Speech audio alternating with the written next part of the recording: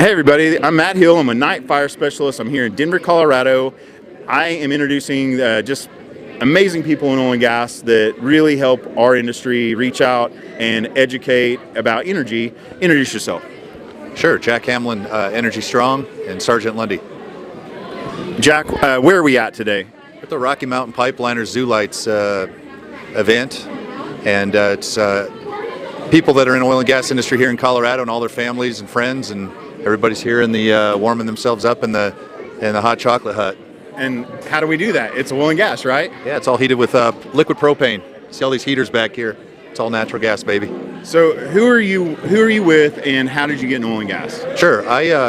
So again, I'm with Sergeant Lundy, engineering firm, and then I'm a co-founder of Energy Strong, which is an advocacy group. We were kind of founded out of this really strange dichotomy of intellectual consistency, right? You got people who are anti-oil and gas who use fossil fuels to show up to our meetings and sit in heated buildings and rail against oil and gas. So we set out to kind of counter that narrative, and that's what we're continuing to do. I got into oil and gas a long time ago. It was like 2004, 2005. Worked at IBM up in Boulder. Used to drive around on my lunch breaks and see all these guys out in the field. Thought, man, working at a desk sucks. I'd like to get involved. And then back then we were, and every presidential candidate in my lifetime ran on a platform of energy independence. So I wanted to be part of that solution, and with that, entered into the oil and gas world. When I first saw you, it was when Colorado really came and onto the news, in Oklahoma, because we're, all oil and gas, farming, ranching, baby Jesus guns, and oil and gas, right? And you really made sure that everybody in the nation started following you guys like, hey, this is what's happening in our state.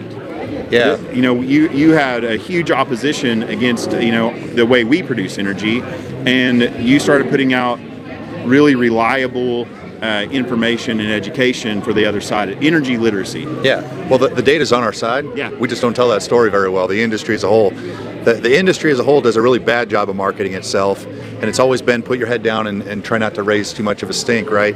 But we've got a very vocal minority and a bunch of politicians that will not swim upstream of the current narrative.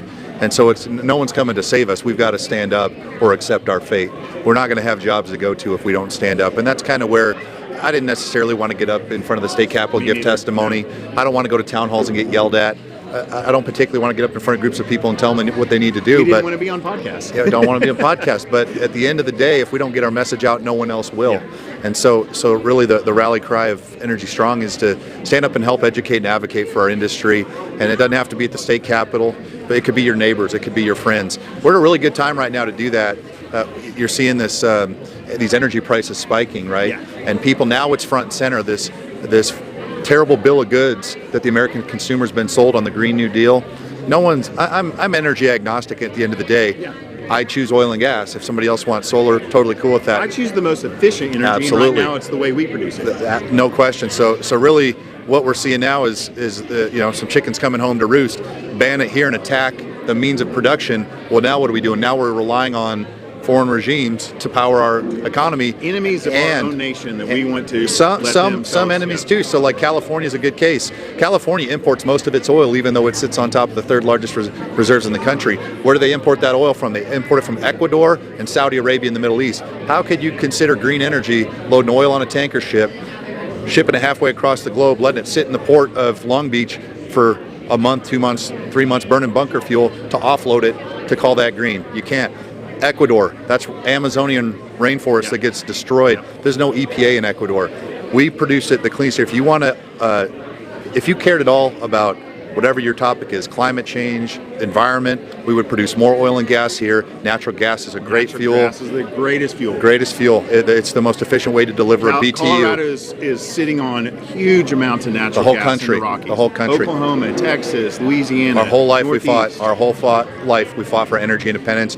We have it. To squander that is a huge mistake. And that's what Energy Strong is for. We've got to tell that story as hard as it can be, and we are in some serious headwinds. But right now, with the energy prices being where they're at and the state of our energy policy in general, now's the time to take that narrative back, and I'm sure we can do it. People have just got to rise up in the numbers and tell that story. A lot of the town hall meetings, the COGCC meetings, the state capitol testimony where you can do it. It's all online on Zoom now. You can do your research, have your paper in front of you, and just read it into your camera like you do in any other meeting. You can vote to be Energy Strong, crazy as that seems. You can. You can vote to be Energy Strong. There's midterm elections coming up. Yeah. Our governor is up for re-election next year. Heidi Ganahl is very pro oil and gas. Heidi. Go Heidi. Heidi Ganahl is going to win. Yeah. She's on our podcast here in 2 weeks. You can check out www.energystrong.com. Check out the podcast. Just had an awesome one with Chris Wright. Talks about all the benefits of oil and gas. I'm a fanboy of Liberty and Chris Wright. Chris man. Wright. What a great guy and a great message. There is no better spokesman for Go our North industry. Frack. All right. And Chris Wright, you're the man if you're the watching man. this. All right. Yeah, absolutely. Cool. Hey, Jack, I'm so honored to meet you finally. Great. A little bit LinkedIn famous, thank goodness. And man, God bless you. How do people get a hold of you so they can support your cause? Sure. EnergyStrong.com. Go there. There's an area where you can become a member. And we've actually got this online interactive platform. You sign up as a member, put your email address, your name in, you build a little profile, and you can actually connect with other people that are Energy Strong on that Energy Strong site.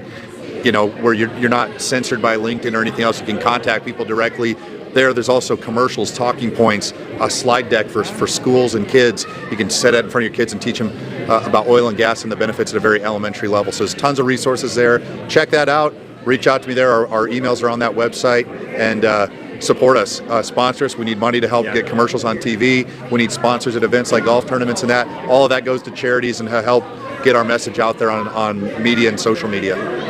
Thank you so much. I appreciate it. Merry Christmas. Take care. Yeah. Guys, reach out again. Energy Strong and follow Fossil Fuel Fridays. We'll see you next time. God bless. Bye-bye. Go, man.